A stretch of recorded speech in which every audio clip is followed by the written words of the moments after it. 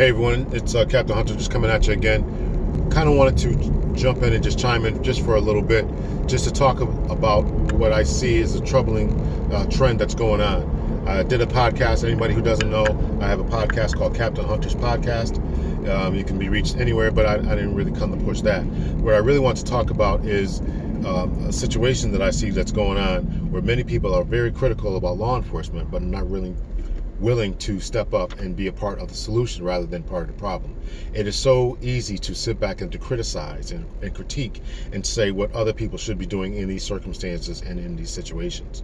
It's very easy to sit back and watch a video and pick it apart and not understand everything that's going on within the officer's mind at that particular time. Now, I'm not saying this as a means of shutting up the opposition, and nor am I saying it as all police officers are always right in all of their actions and interactions.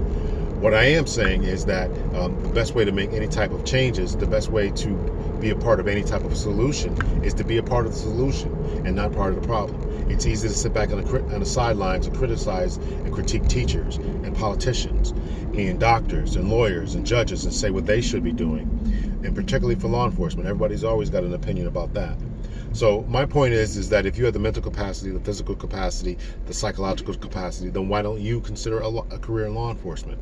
On my podcast, I asked the question, do you have what it takes? And I'm going to ask that question again here right now. Do you have what it takes? Because law enforcement is looking for good qualified applicants to enter into the field and make a difference in their communities. So if you always wanted to make a difference in the communities, you always want to help people, you have a heart for helping people, then consider a career in law enforcement.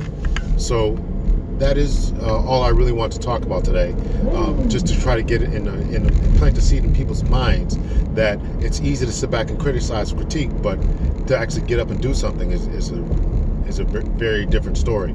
So I'm asking people to really think about what's going on, think about it, and consider a career in law enforcement.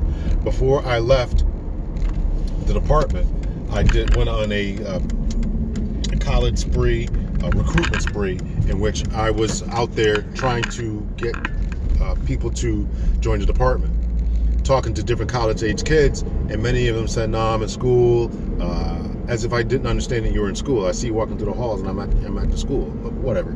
So I see you walking through the school. I understand you're going to school, and so many departments will actually pay for you to finish your education. So you might want to consider that. So there's good financial benefits, good emotional, rewarding benefits, as knowing that you've helped your fellow man in certain situations. You get to protect your community, and you can be a part of the solution from the inside and make those changes that you think ought to happen from the inside. So that's it. That's all I wanted to talk about today. Just consider it. Think about it. People who never thought about it because of the career, because of the viral videos that are going on, because of the social media backlash that's going on.